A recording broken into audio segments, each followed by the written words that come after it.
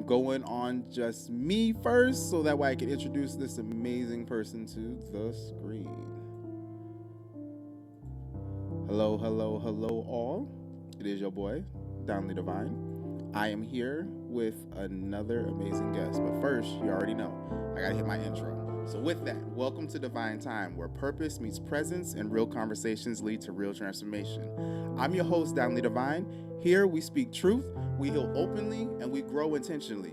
Every episode is rooted in love, guided by spirit, and created to uplift your mind, your heart, and your soul. This isn't just a podcast, it's a movement, a safe space for the awakened, the healing, and the seekers of truth. So whether you're here to be inspired, challenged, or seen, you've arrived right on time, divine time. Now with it, let's tap in. Today, we're joined by Sara Ann Rosen, a powerful voice in helping people break free from old patterns, reconnect with their self-worth, and call in the kind of love that truly aligns. She's all about guiding others to release what no longer serves them and step into relationships that reflect who they really are. So today, let's welcome Sara Ann Rosen to the show. Now, with it, of course, I forgot to do one very, very small thing, so I'm gonna hit that real quick, all right?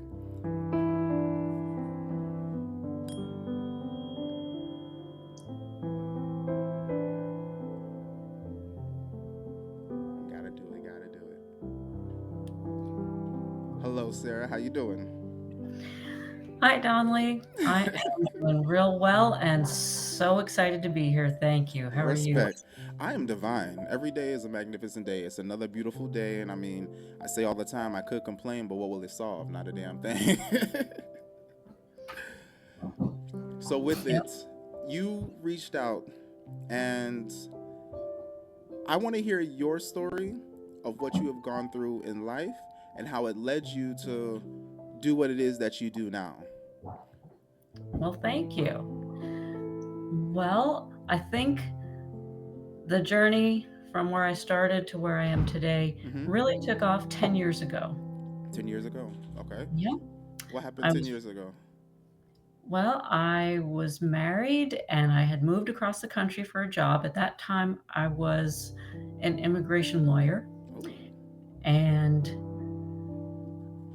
and after we moved, um, me and my spouse, we were just not connecting like we had. I think we were married for 4 years ish, 3 or 4 years at that point. And there was one moment where I reached out with I'm not sure, what happened. Like yes. I want clarification because whatever was said or whatever the event was, it's like it felt a little scary and unsettling to me, and I just wanted the reassurance and the understanding. And and this was the first time that I connected with my gut intuition, which told me his response of saying, "Well, why are you upset? Because clearly, this is what I meant. My intention was this. So what's the problem? Yes. Like, don't blame me for how you took it." And I thought, oh, my gut is telling me this is not going to end well. And that was really the first time I leaned into that visceral intuition, because that's not how I was raised. I was raised by bookworms who basically raised themselves. Okay. I'm from Brooklyn, New York, and Hey. and my parents didn't have the most stable childhoods. They were in and out of schools into their 40s or 50s. So they did, end up with college degree or an Mm-hmm. advanced degree, but it just, start, stop, because they didn't really have role models. Yes. And they didn't do feelings. They did facts. They did trivia. They did opinions and judgments all over the place. And I connected with some of your other episodes where you said one of the most valuable lessons you learned was, sure, listen to what people say, but also Pay observe attention to what they their do. actions. Yes. Mhm. And I think that is so profound, because it is a nonverbal form of communication that communicates directly to our energetic center. And Mm-hmm. that's what I was cut off from for such a long time. Until that moment, it's like, wait, I'm learning a new language here. And yeah, that marriage eventually ended. And not before trying counseling, which was another revelation when that didn't work, because counseling isn't perfect. And if both people aren't really transparent, then the therapist is not a mind reader or a clairvoyant. And so they can't necessarily tell, oh, there's unprocessed trauma somewhere in there that we're not Yes. addressing. Yes. And that's going to sabotage this in the end, which is basically what happened. So I take responsibility for, I was all for trying therapy, and I researched it. My intent was very, very good, but I chose the wrong kind, because you just can't talk to trauma. Yeah. And if the other person is really not ready to really go there, then that's not the right approach, and that could cause harm. It, yes, it can. It truly can. Yeah. So, like you said, sometimes we are ignorant and we learn. It's a lesson, and I take that as a lesson and a blessing at the same time. Using, because yeah, I mean, I could tell that you had a parent who was a psychologist. Mm-hmm. Yep. Yep. She's actually my co-host on the show. She comes up every Sunday. We Oh, we have quite a few episodes together, but this is your time. I'm gonna allow you to speak your story. Once you're done with your story, I'm gonna come in with my questions and everything, and then we'll flow into a conversation. All right, that's how I like to do it. This thank is you. your story. This is your time. So the floor is yours. Okay, well, um, so that was around the time I was burning out in my work, because lawyers are not generally a very happy, healthy bunch. So I went in all, idealistic. I'm gonna defend the Constitution, and and maybe I did. Um, and then it just, yeah, a little bit of burnout. So I was taking a break, and I just started reading up on psychology, because my father was a psychologist. So when I heard some of your episodes, it's like, you sound familiar. um, so and I just started reading different kinds of psychology books, and then I went back and read more of like the couples therapy approaches, just like, what happened. And being an empiricist, I learned that the success rates kind of dwindle the farther out from the end of therapy you go. So at 1 year, the success rates are great. At 4 years, the follow-ups not so great. And I was wondering what happened. And they found that, surprise, the biggest predictor of success is earlier intervention, but I was close to. Oh no! What happened? Where'd she go? No, no, no.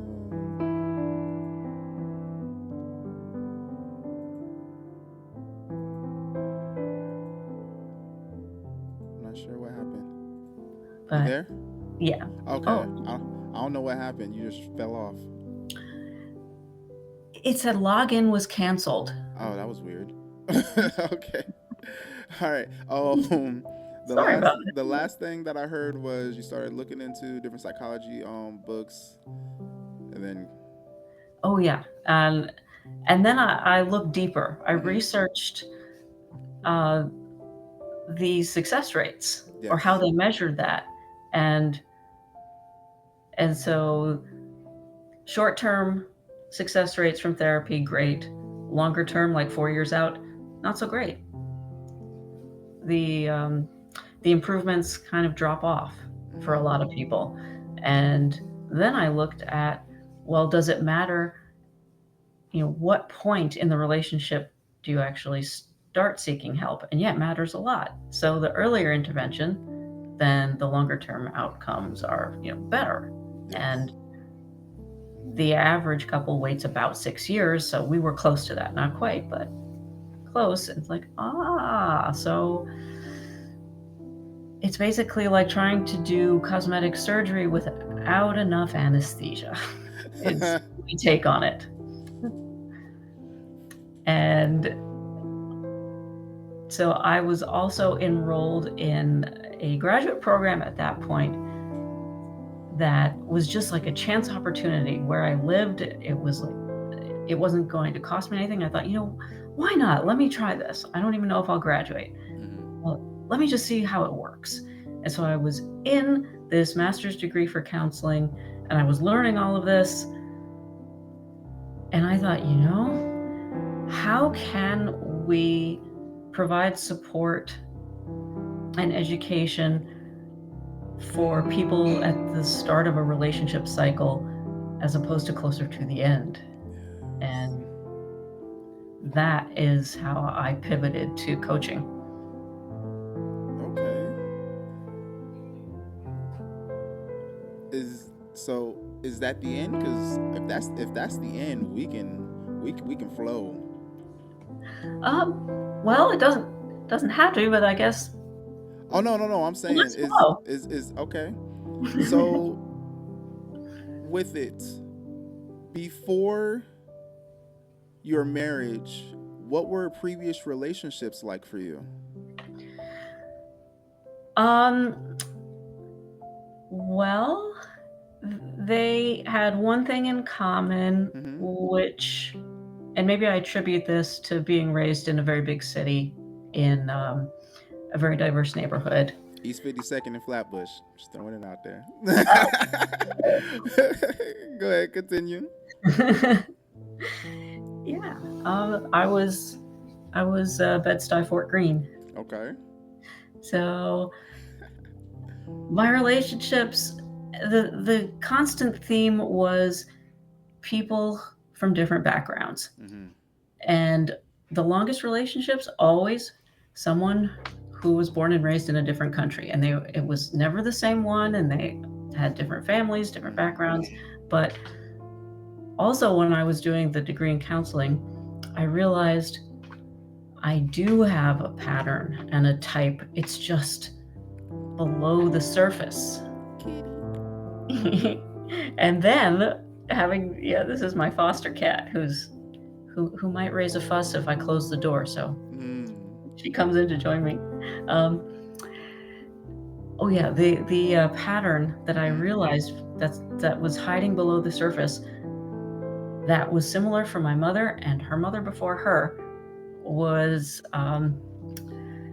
getting into committed relationships with men who not only had different backgrounds, Yes, but had major rifts with their parents.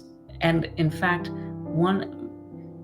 I guess my second longest relationship partner even articulated what that was like. He described it as feeling like an orphan whose parents happened to be alive. And I think that my father would describe something similar. My half-sister's father, I'm from the second marriage, both sons of immigrants, totally different backgrounds, but both pretty much estranged from their parents. My mother's father, same deal. I thought, wow. So on the surface, it looked like I'm just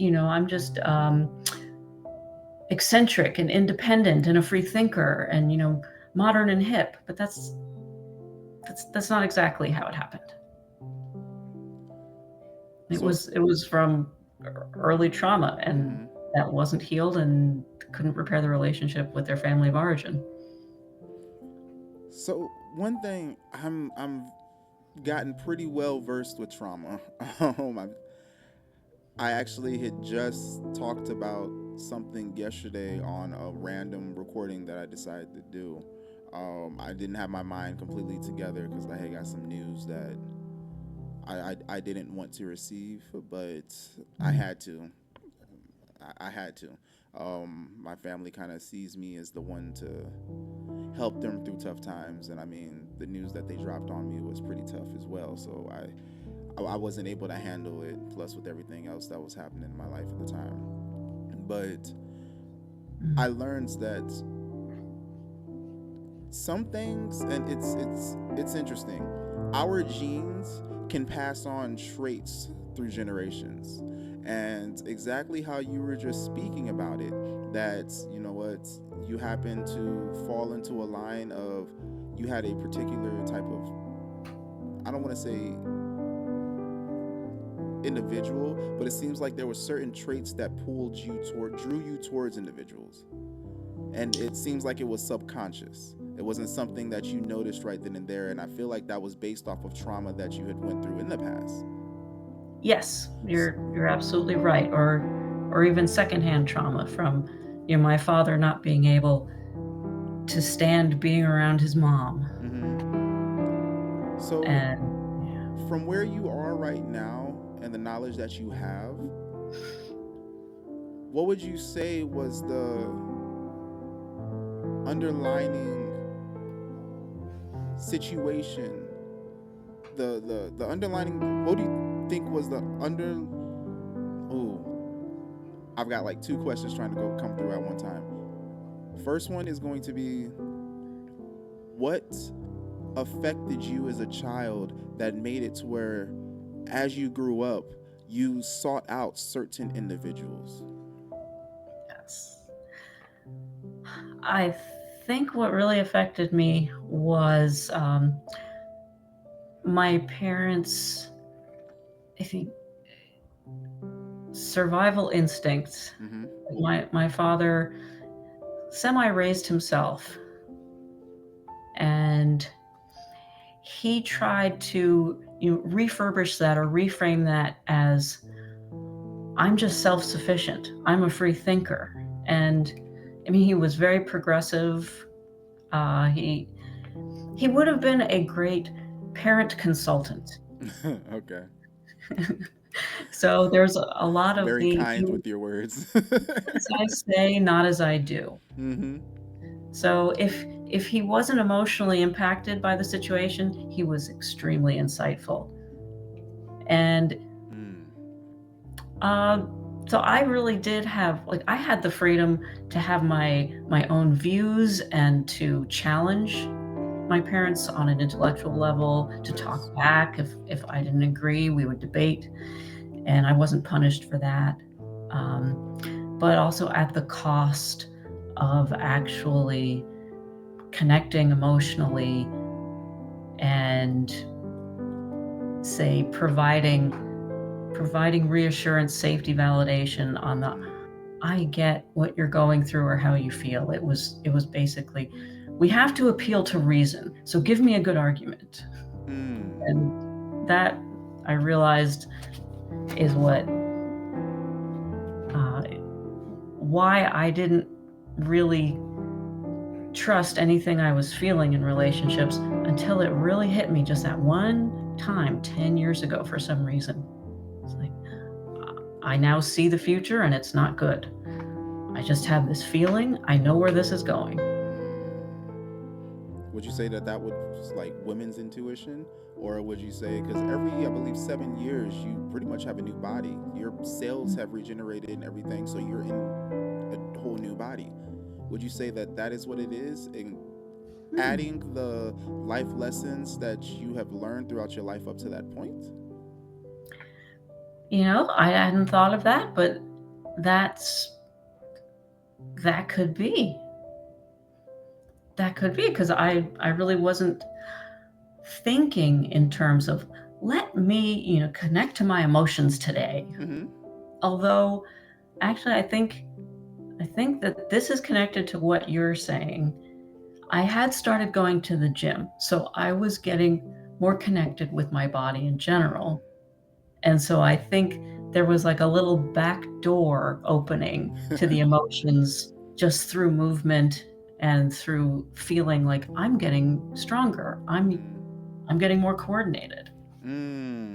That kind of sounds like you were establishing boundaries in the midst of finding love for yourself wholeheartedly again.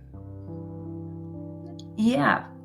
Because Yep. And I didn't even think of it that way. I didn't know. listening to what you had just said about how your father was like, okay, come at me in a logical sense. I know some individuals who are lawyers and that's their mindset. I want to look at the facts. Okay, what are the facts? So let's make a decision based off the facts, because it doesn't matter how you feel, what is true. When in all honesty, the way that somebody feels is truth as well. Completely. But you as a child was kind of told that your truth doesn't matter. The truth that matters is what is relevant in the world, what everybody can see, because people cannot Yes. feel what you feel. Teaching you to kind of shut that inside. And then at some point, just like with everything, it'll bottle up so much to a point that it comes out. And I think that with you going and working out, that right there encompasses the mind, body, and soul. So with those that trilogy coming together and the synergies moving, now you have no choice but to allow those emotions from all those years to come out. Which, with your logical mindset, I can only imagine the things that went through your head that you probably didn't register, but yet your mind was triggered on it, allowing small things to shoot out, which most likely had it to where you were like, you know what, this is what I need. And you probably didn't even know where that came from, but your mind knew where it came from, because ultimately the heart is the strongest thing that we have. So elegantly put. And I know I do still rely on how I learned to navigate the world, which Mm-hmm. is through empirical reasoning and research and all that. But absolutely, I am now trying to shift 180 from where I started based on scientific evidence from neuroscience over 30 years ago, where Mm-hmm. they said, wow, emotions are the scaffolding on which our thoughts are built, Ooh. because the nervous system is taking in millions of pieces of data from all the senses, Mm-hmm. sound, sight, smell, all that. And it's filtering it and it's processing it and it's trying to figure out, okay, what's relevant, what's important, what's not. And then our conscious brain is dealing with maybe 40 or 50 pieces of Yes. data at a second. And if so, then as that's filtered quicker through the nervous system, then it sends signals that, like, this feels good, or this feels threatening, or this feels gross, or whatever it is. Mm-hmm. And so that gives us the emotional signal that then flavors, I guess you could say, our thought about it, whatever the data is. Mm-hmm. Okay. And they did an experiment, I think it was Antonio Damasio, 30 something years ago, Mm-hmm. where someone had brain damage and it affected a part of his brain where he couldn't connect to emotions anymore. Mm. And that meant he couldn't make decisions because nothing mattered. So that makes me wonder when it comes down to sociopaths. Because I'm like, with them, they lack the emotion. But yet, if you think about that show, is it Daxter? Or is it Daxter or Dexter? I forgot. Yeah, I haven't watched it, but I think it's Dexter. Okay. So with him, Watch it he now. learned how to pretty much, I wouldn't say fake it till you make it, but fake the funk. So with it, he watched everybody else and learned how to act in certain situations, even though he did not physically feel that way, which made it very difficult for them to find out that he was the mass unaliver. And is it the hippocampus that has that? It's been a while since I was going through the mind. What part of the brain is it that deals with the emotions? Because I know the amygdala deals with a lot of memories based off of the senses, usually sights or smells. Yep, yep. So, And that's also the part of the fear mm-hmm, complex. And the hippocampus is kind of a depot, mm, I guess, on the path, or the train route, where it consolidates kind of those impressions and images with the conscious thought and narratives. okay. thinking about it, like I know right now a lot of people are talking about this giant supercomputer that they're building in Tennessee and everything. And looking at it, it's interesting how for so long humans have been trying to create life. And with them going with this supercomputer, we are supercomputers. We're firing off neurons at such a high speed and have so much going on, but the only thing that limits us to where we think we're not as smart or as powerful as these supercomputers is the fact that we have the free will to choose what we're going to focus on rather than being programmed on this is what we need to focus on. Otherwise, we'll be able to accomplish all that. So I see them working on the supercomputers as in trying to create life. But rolling back into you, can you share the experience or event that really shifted your perspective that made you want to get into the field that you are in now when it comes down to coaching? Because I know you spoke a little bit about the divorce, and then going through the counseling, pretty much getting gaslit from your husband. But something's telling me that there was more. Something's telling me that there was something more that really made you buckle down and focus on coaching and helping individuals in relationships. Well, I think it's because of what I learned and how I realized how when I got into relationships, I thought I had, some people have a checklist of how they want a relationship to make them appear to others. And I always had kind of a checklist of we have to have very similar values, social justice oriented. They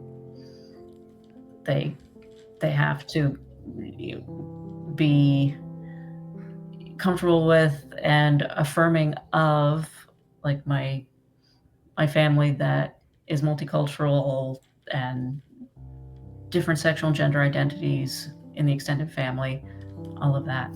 And so I was doing well checking for that. And I completely left out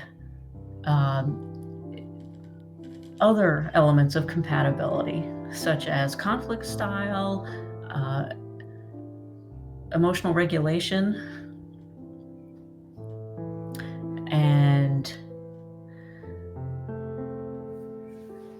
and also I think different flavors of emotional needs, like what makes deposits in our love bank accounts and what makes withdrawals. Hey, emotional bank. Yes, the love bank.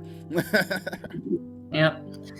Because you can have so many connections, but if that's not going well, and like the safety deposits, like the safety bank account, things that make you feel unsafe, if you don't have that lined up, and that I didn't know how to look for, because in my family, people didn't say I love you. They would, appreciate or compliment your thought process or your point of view, or and so being safe, that they could then they would also, in my household, particularly my father, because hurt people, if he was feeling triggered, then he would basically project as if he were still trying to win the fight against his mom when he was little. So then you'd become the enemy, but you're just a 10-year-old in the room who didn't realize. And that's the emotional regulation right there, right? Yeah. So, can you explain to me a little bit of the conflict styles? Like, how many are there? What types are there? Sure. For that, I went to the research by Dr. John Gottman, who is the famed relationship scientist in the U.S. You said Dr. John Gottman? Yes. And he's researched about 5 different conflict styles, and 3 of them seem not to significantly hurt the relationship. Mm-hmm. And two of them do. So one is basically the kind of avoidant. If both partners are like, let's just focus on common ground, let's just focus on moving forward, let's not get into the weeds of our feelings or of our anger or concerns. Let's not dwell on it. If they're both on the same page, that actually doesn't seem to hurt the relationship. And then there's the validating couple who try to be very careful and respectful in their language, not to step on toes, but they do cover, like, well, when you were late, I was worried and I felt this and I was concerned, and it would really help me if. So they Positive really communication. try, to avoid any blame, and they try to keep the problem the problem. It's not about either of the people. And that's And avoiding you statements and things like that, correct? yeah, so not pointing fingers, not keeping score. And then there is the volatile couple who they can get into it, but with lightheartedness. So they're the ones that can inject a little teasing and banter, as well as getting a little heated, but it never crosses a line into hostility. So for those people, there are people who just even getting emphatic or energetic or impassioned is like, but Yeah, I'm very passionate when I speak. And I mean, people tell me all the time, like even when I'm at work, they're like, "Yo, you talking real loud right now." I'm like, I'm sorry. Is this better? But I mean, when I get excited about something or I'm passionate about what it is I'm saying, people often say that I get louder. My wife has told me, she's like, "You've got big energy, like whether that's positive energy or negative energy." And I was like, well, I tried to avoid the negative energy. She's like, but even like you don't have to say anything. Everybody can feel it when you're not feeling it. I was like, oh. And that's one thing that for me sucks being an empath. I can change the energy in a room. I can feel the energies. There's places I cannot go because I will be an outcast because I will make it to where it does not affect me. And when it does not affect me, it everybody else in the room can feel it. And what I mean by that is if I were to walk into a room and everybody's like kind of like, or people are upset, I'm like, I'm not going to be upset, bump that. I'm going to change the energy of the room by focusing on me being, only thing I can control is myself. And if I'm saying I'm going to have a good time, I'm going to have a good time. If I say I'm going to be happy, I'm going to be happy. So with me being happy, those who are still stuck on whatever they're stuck on, now I'm seen as like the bad person because I'm making them uncomfortable due to the fact that they want to stay in that triggered place that they're in. yes, And I'm just you've like, just man, defined the downward spiral of drama. I don't do drama. Like I just told my realtor, I was like, I don't do drama. I was like, I remove myself. I know how I can get, and I refuse to put myself in that situation. But when it comes down to it, I know earlier you mentioned about when it came down to the body language.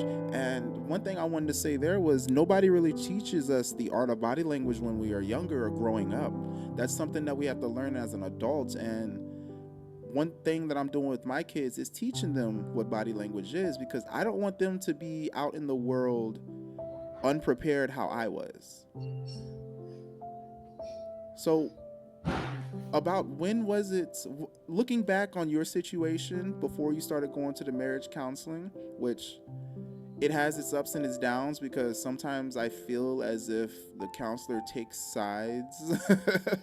And I mean, whether it's involuntarily or not, sometimes they just want to be an instigator. That's the way I'm going to say it. Sometimes it's like they want to be an instigator to really find out, okay, if someone is, I don't know exactly what they're doing, but on a tactical side in my head, I feel like they're trying to see, okay, is this really how it went down, or is this person saying this to try and make the other person feel a type of way? So therefore, they would play on something that was said to see who ends up reacting, that letting them know who really was the initiator or the victim in the situation.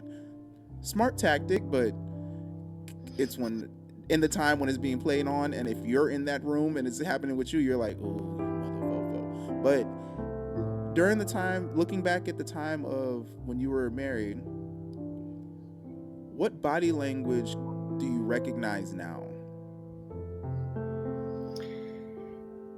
I think, um, well, interestingly, from that spouse, not a lot. Um, he was very stoic, and I'm more animated. I'm the baby of the family. Everyone, like my half sister was old enough to be my mother. My first cousins were old enough to be my mother. I was just Oh the only damn. kid. And I'm sorry, I was doing the math in my head. I was like, wait, your half sister was old enough to be your mother? yeah, What? yeah. I mean, not a kind of young mother. She was 18 when I Okay, was I born. was I was thinking like anywhere between like 19, like 20 to around like 25 ish. So Yeah. close, not quite there, but close. And so for him, Mm-hmm. so it was actually interesting because um, his body language was harder to read. He was born and raised in India than my first love, who was born and raised in Japan, which is a culture known for being very understated, very polite, very formulaic in how you present yourself. Um, but for my spouse, who would also, I think, count himself among I feel like an orphan whose parents happen to be alive. I mean, he spent a number of years not talking to them at all. Mm. And that had to do with, a lot of it had to do with pressure to get married, and that the parents wanted to be involved in the decision making. And he's like, no, no, not, So he that's wasn't not very for me. traditional. No, not Okay. traditional. And so I get animated, and what I realized, and I'm from Brooklyn. You have a mouth on you. You tell it like it is. Oh, and you stated facts with it too from your back. Oh, gal. I don't think he was ready for that. But go on, tell me more. Tell So me I'm more. animated, but also I was just a playful kid, and I still have, the bouncy, playful. I have the hand gestures from Yeah. New York, all that, and and I studied music, so project your voice, and I have just all these elements. Mm. And I grew up around people who talk to themselves and talk to Expert objects in the advice. house, and that was like what he thought. What is going on? This was like too much stimulation. Um, so so even what I think is, say, a not over the top, Mm-hmm. and just just a, I guess, let's say a moderate type of body language, he would interpret it very differently and say even something ambiguous or slightly negative, like, oh, is this something to be concerned about? Crinkled brow or slight Mm-hmm. frown. Micro He's like, oh, expressions. yeah. He's like, oh, and would kind of freeze, and that didn't make sense to me. Okay, so all right, so it would be his facial expressions and thing, his body language that would cause you to Hard. freeze. Not necessarily. It was just hard to read. Oh, okay. It was very understated and subtle, and if I'm excited or Mm-hmm. enthused or happy, or I show it. And for him, it's like, it's not a stone face, but Yeah, it's quite subtle. it's And one. if he's upset, that's hard to read because it's just kind of a wall comes down. Oh wow. And is it just, are you thinking? Are you sitting still and thinking? Or is there chaos bubbling below the surface that's not coming through? And that's a little scary, at least for me, coming from a more animated family culture. And that's my family as well. We're very animated. Like it's interesting of everything you're speaking about because that sounds like my wife. She grew up in a household of attorneys, lawyers, and things like that. Her mom, my mother-in-law, she's very unreadable, and I don't personally be trying to read her. I'm just like, you do your thing, I do my thing. It is what it is. I'm gonna be me regardless, and I'm like, I don't do anything to hurt people or anything. But if I do anything that makes you uncomfortable, let me know, because I'm the type of individual to where I am who I am, and I have been who I am since I have been on this planet. Ever since I came out of where I came out of, you know. So for me, all I know is who I am. And with that, I'm 30. What year is this? 2025. I'm about to be 35 years old. So with that, if I'm doing something and it upsets you and you don't say anything about it, in my head, nothing is wrong. Because I'm not focusing on anybody else trying to see, oh, am I upsetting them? Am I making them feel a type of way? Now I'm not being mindful of me and having fun or focusing on what it is I need to be doing. I am worried more about everybody around me than myself, which can put me in a lot of danger as well because I'm not aware of my surroundings. I'm more hyper focused and hyper vigilant of the emotions and Yeah. the hypotheticals of what it can be. But if you tell me at that time if I did something, then I can correct the behavior because now it's fresh in my mind. How was I feeling at that time? What did I do? Boom, locked in the amygdala. So if I do it again, I'm like, okay, last time I did this, somebody didn't like, all right, bet that's something I need to work on.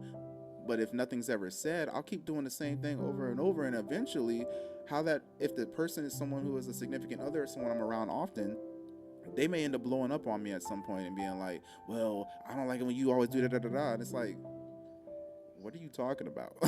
I mean, I don't remember really doing that because you're bringing it up years later down the line or something. But then I guess that's something I could have fixed that could have saved multiple relationships, friendships, or whatever from that point on when I first did it.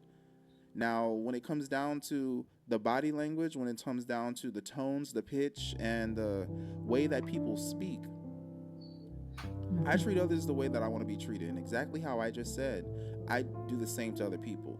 And I can tell right then and there how uncomfortable it makes them. And I feel that the reason behind that is how you stated earlier. You cannot speak to trauma. And so, therefore, when you inform somebody of something that they are doing, if they are not open for change, then they're going to see you as the aggressor. They're going to see you as verbally attacking them. And now they feel justified at them lashing out at you. Have you Yes. ever dealt with that? Yes, and that's kind of the sequel to my origin story with Hey. is the um, the concern and conflict originated when my ex-spouse was traveling, Mm-hmm. and so we only had, and he was doing a trip in India and Nepal, and so we didn't have a whole lot of communication over those several weeks. And so on one of the few phone calls is when I brought up, I just wanted to check because I was kind of worried whatever the issue was. And he's like, oh, well, no, this is what it is. And so bye. Like, wait, but, and so I sent an email, which he probably didn't get for a few days. And that was hard, but I knew the situation was he might not see it for a few days. And I tried my utmost to say, like, I realize it's ambiguous, or I just don't have a lot of the facts, but I'm wondering because here's how it felt, so just checking in, it would really help me if you reassure me this way, or explain this, or just check in with me. And exactly like you said, even though it wasn't direct body language, Mm. the fact that I think I was saying, well, your brief explanation wasn't good enough for me, Mm-hmm. was basically telling him, I don't believe you. You did something bad. Mm. Even though I was saying, like, I realize it's unclear, but Speaking it's with still you, stressful. speaking with you, and this is another thing that I love about doing the show. It teaches me so much about myself, and also puts a lot of things into perspective of things in my past. Um, I used to be upset with my ex-wife based off of some things that she would do, and I took it the way that she would ask me question after question after question would feel like an interrogation. And granted, I was in the military at that time, so it was just like I would give short, sweet answers. It's like, hey, I'm going out. Okay, where you going? I'm going to the bar. Who you going with? I'm going with such and such and such. Oh, okay. Who else is gonna be there? I don't know. I just know that they're gonna be there. And then I'm right there. You can tell the little aggravation. It's like, yo, why are you interrogating me? And then the next question would come. All right, can I come? Sure, if you want to. We're leaving at this time. All right, bet. Is there gonna be any girls there? We're going to a bar. I imagine there is going to be some. Oh, okay. And now that's when it's just like, okay, cool. You've been cheated on in the past in previous relationships. Here comes the insecurities, which now I know this. Back then, did not so much. So when we get to the destination and the straight face is there looking like you really don't want to be there, and like you're it's so inconvenienced, and everybody feels like she's mad and everything, and I'm sitting here just like, why did you want to come out if you're going to be looking all stush the whole time? But I was not putting myself in her shoes, thinking the way that she was thinking, which made it very difficult for me to understand where she was coming from, which harbored a lot of emotions, harbored a lot of anger towards her, which, looking back on it now, I am guilty for a lot of things that have happened. And ultimately, I guess you could say I abandoned her in times of need, but I did not know she was in need because there was no communication expressing these things. But moving away from that, let's get on to happier things. So what exactly is it that you do that brings people closer together in relationships? I help them look at the patterns Mm-hmm. that they've had, and also assess, like, where do they get their sense of safety and grounding from? Because a lot of us, we don't have much of it. And so we hope that the right relationship will then magically provide it. But if we don't have it to begin with, after the brief honeymoon period, even a good relationship, because you get close, you deal with conflict and differences and uncertainties, it's going to destabilize you further if that's the starting point for you of not having, say, a way to ground yourself in safety. And what I learned in the research I did during the graduate program is that with advances in neuroscience, they're now realizing that it's not pre-assembled in us. Mm-hmm. We basically learn it from day one. So we have the basic equipment, but it's not all pre-assembled. And by that, I mean, from birth, it really matters how our primary caregivers treat us, how they respond to us. And so if we can feel safe enough, heard enough, attended to enough, nothing's perfect, we don't have to be perfect, but enough, then we have this felt representation of safety we can draw from. And that programs what we expect from others. Yes. As we say, the first day of school. I remember this was preschool, and I remember I asked my mom to, once she left me in the classroom, to look through the window and wave, like a second goodbye. But she started talking to another parent on the way to that window, and by the time she got to that window, I was in tears. I mean, I was 4 years old, but that was also a clue that I didn't always, despite their best intentions, because they didn't really have, neither of my parents really had that much really attuned parenting themselves. So my mother just didn't realize. It's like, what's one more minute? But for a 4-year-old, it's like, you said you were going to say goodbye. Yeah. And I can't count on you. and you forgot about me. And that wasn't really the case, but that's how it feels. And so I didn't really have that really built-in grounded sense of, I know I'm basically safe. I know I can rely on people for the most part. And I think a lot of us in our own ways are moving through the world and hoping that we find it somewhere, someday, with someone that will magically grow. The magically grow. Magically. That is the Mhm. part. That's the key right there. Magically. Yeah. We're all And gonna grow, but we need to magically grow because yeah. it's And not easy doing it with somebody else. a lot of love stories from books, movies, TV, songs kind of give us this impression that that's how it could be. And Yeah. so I just start with, what are your beliefs? Let's just brain dump. What do you expect? What do you believe about love? Like positive and negative. And let's start there. And a lot of individuals, from what I see right now in the dating, I don't even think they call it dating. They just say talking, and they be doing everything with no end goals in mind. I gotta figure out how to say this so I don't. You know what, bumping? I'm just gonna be straight up with it. In this day and age, there's no end goals in what people are doing. They cannot.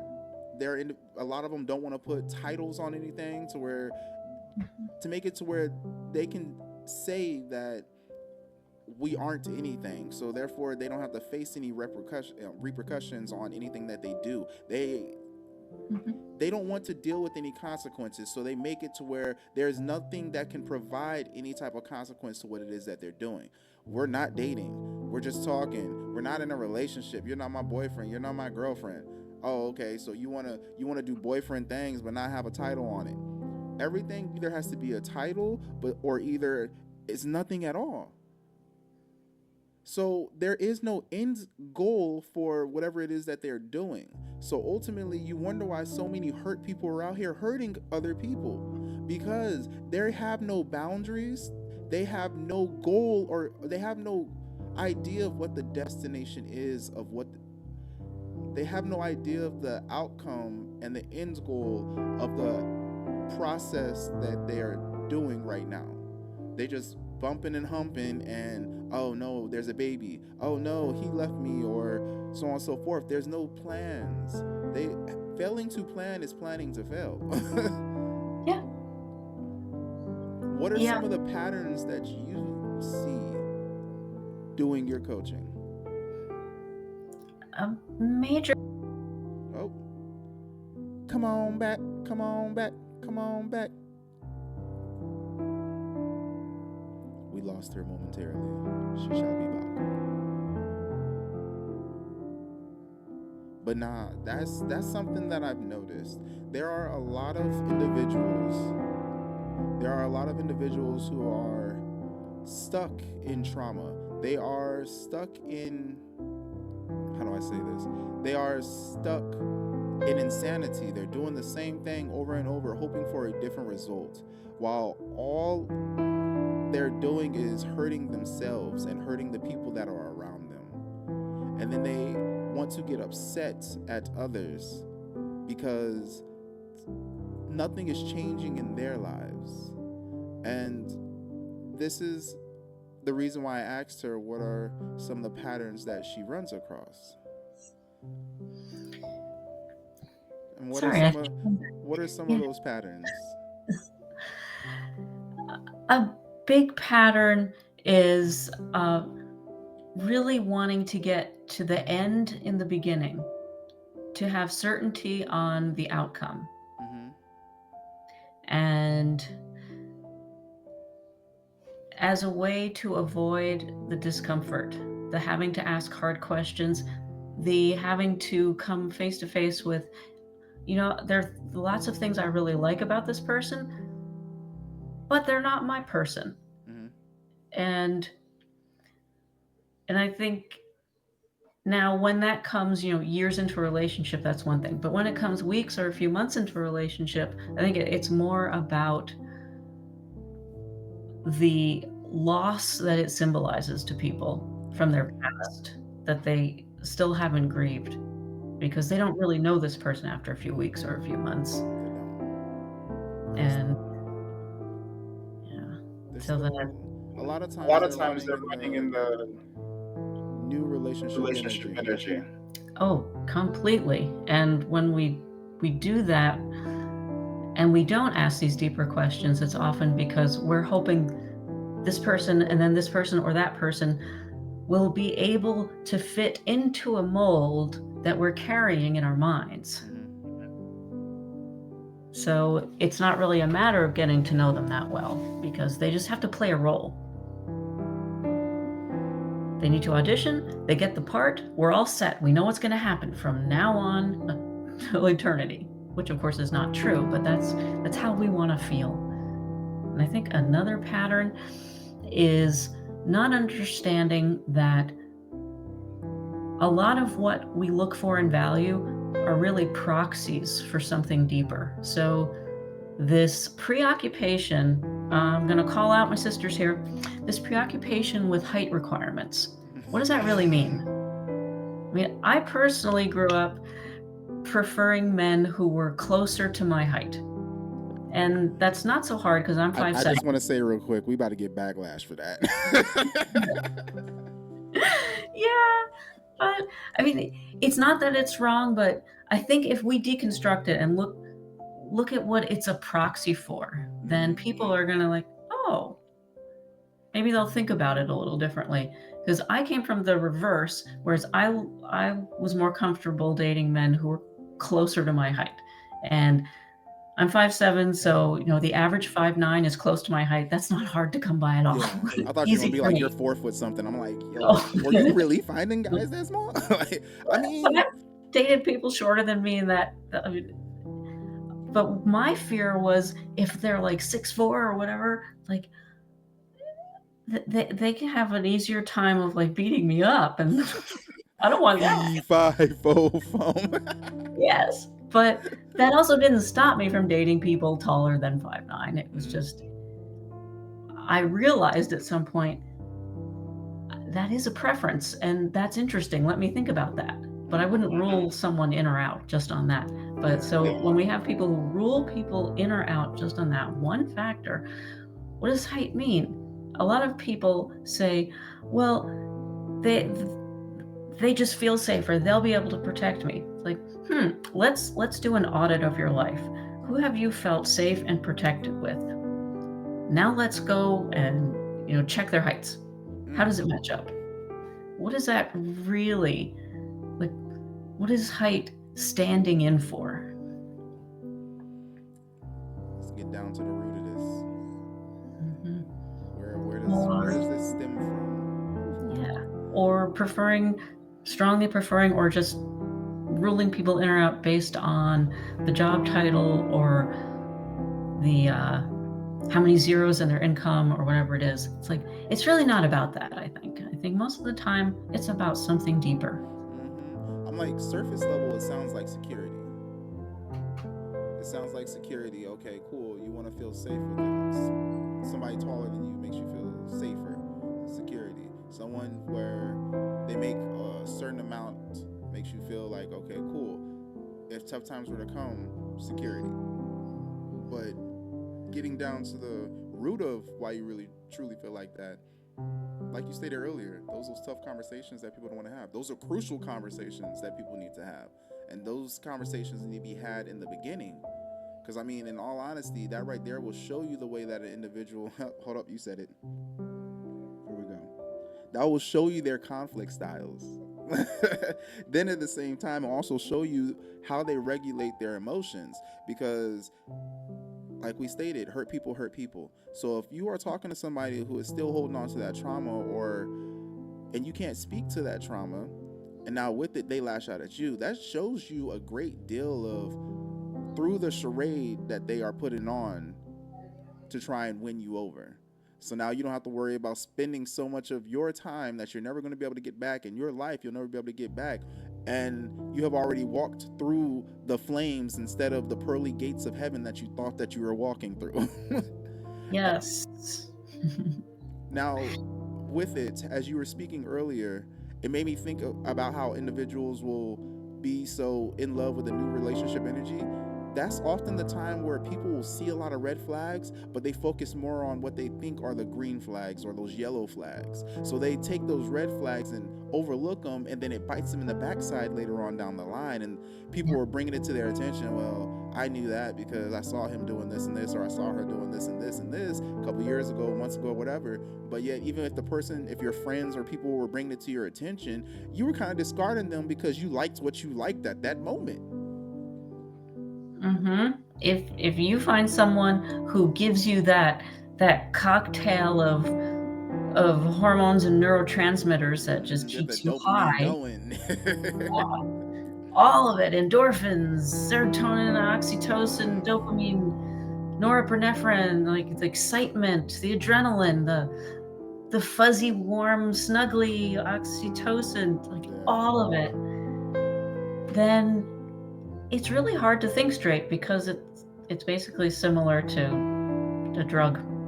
Yeah, it is. And I mean, a lot of people, when you hear addiction, they think of some type of substance, alcohol or uh, narcotics, marijuana. I guess that can fall into a drug. Not really ish, but I mean, in America, it's right. Are we talking federally or state level?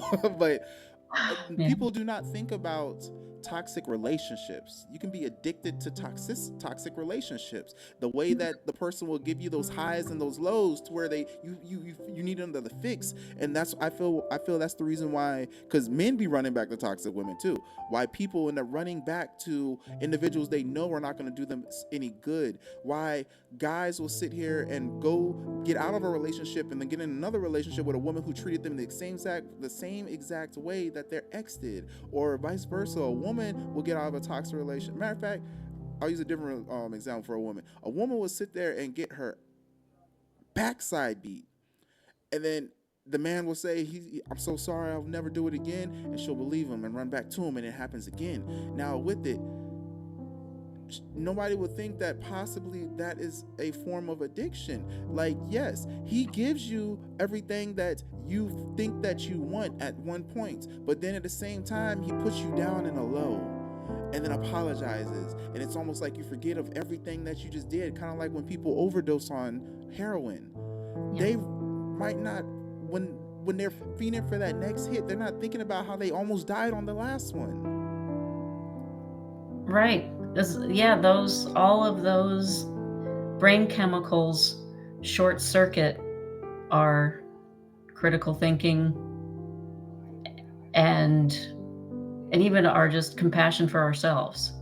Whatever conscious processes that we need to do that, they're offline. And what you raised is also another really common pattern, which I call it the roller coaster or the slot machine version of love, which is 10-20% of the time you are adored, you are taken care of, you're paid attention to, and then the rest of the time, not at all. You're ignored, you're dismissed, you're dehumanized, you're mistreated, threatened, abused. Yeah. And there's actually a really good book called Run Like Hell, it was written by the ex-spouse of the real Wolf of Wall Street. She became a psychologist because she said that was her experience in her first marriage when she was in her 20s. I can't remember her name, but the title is Run Like Hell, and she just published it in the last couple of years, I think. And it talks about how those intense ups and downs, all of the emotion and all of the hormones and neurotransmitters that triggers, does create kind of an addiction that makes basically chaos in our minds and our emotions. And that explains why people just can't, decide, this is not good for me. I'm going to now, leave this relationship and never look back. I'm done. Like, it's not that easy, because since we're wired, we're pack animals and wired to attach and bond, that anything that feels so good at some point, like we have a really hard time believing that it was never that good. Yeah, unfortunately. But we're rolling towards the ends, and these are the final two questions that I have for you. I always like to end a Speak Your Truth with these two questions. The first one's going to be, what do you want to say to any listeners? Well, I want to say that um, I think we're done with dating as a performance.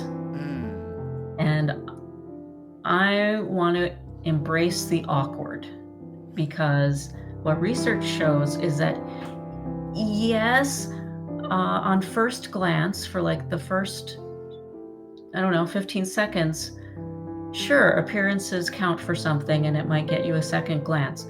But as soon as you start actually talking to the person, engaging with them, that perk goes away. And so if, say, even in all kinds of research, including like speed dating events, our initial impression of what someone looks like counts for a really teeny percentage of all of the reasons why we end up saying, no, I'd like to, see this person again. I'd like to see that person. And so if we just have the basics of, like, we've brushed our teeth, we choose clothes we're comfortable in, we feel good, then it's our energy and how we carry ourselves and how comfortable we make them feel. That is what makes the difference. And then my last question is going to be gratitude and what you learned. Now, with it, gratitude, what you learned does not have to be what you learned on this episode, but what you learned today. And what are you grateful for? Let's see. Yeah, there are a lot of things. Well, I mean, I'm so grateful for, I think, your elegant synthesis of ideas coming from, I think, more of kind of the empathic, intuitive approach to this. Whereas you can take the person out of law school, but you can't take the law school out of the person. And I still default to, let's analyze the facts. Even though in a session, I do focus on feelings and grounding, and so I can switch, I can code switch. But if I'm just talking about my work, Yes. So I am so grateful to hear you restate things in such an elegant, intuitive way and synthesize things just so fluently. So that's something I really admire. Respect. Thank you, thank you, thank you. And what have you learned today? I have learned today, well, actually, okay, a little bit of research. I learned today that two studies. One is finding evidence that all of our brains, human brains all over the world, are all connected by a weak electromagnetic wavelength. And that when somebody makes, a lifestyle shift, it has a teeny impact on the brain function and patterns of people miles away. Yep. And also how our nervous system, like, especially for those of us who went through earlier life traumas, it is imprinted in our nervous systems. It's not that we can't change and heal, but it's a process. It's always a work in process, and that they can find actual, like, DNA markers or molecular changes. Facts. I love that. One, for me, I am grateful that you were able to say the things that you said because it put into perspective that the way that religion, spirituality, and science, they all go together. They all say the same things, but use different terminology.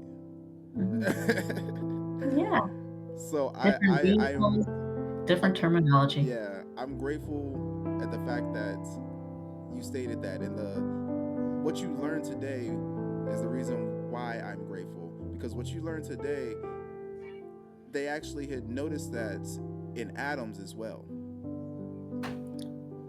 So you can have do something to this atom and another atom that copies that on can be on the other side of the galaxy, universe, whatever, will Yeah. reciprocate that same exact thing that you did to this one atom. And I was like, yo, but even when it comes down to the spirituality sense and the way that people think, we all are connected.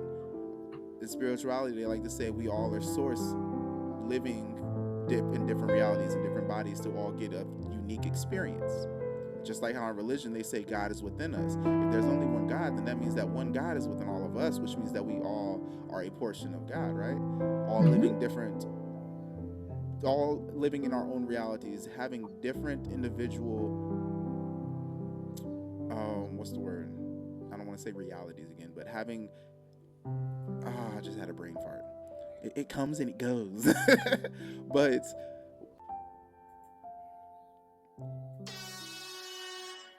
looking for truth, transformation, and a little divine inspiration, then you're exactly where you need to be. Welcome to Divine Time, the podcast where real talk meets real growth. I'm your host, Danli Divine, bringing you raw conversations, spiritual insight, and soul shifting stories that light you up from the inside out. New episodes drop 4 times as strong. We don't say week over here at 7 p.m. Eastern Standard Time, so you never have to wait long for your next breakthrough. If you're feeling the vibe, follow the show, like the content, share the energy, and subscribe so you never miss a divine moment. Tap the link, join the tribe, and help us spread the light one episode at a time. This is your time. This is Divine Time.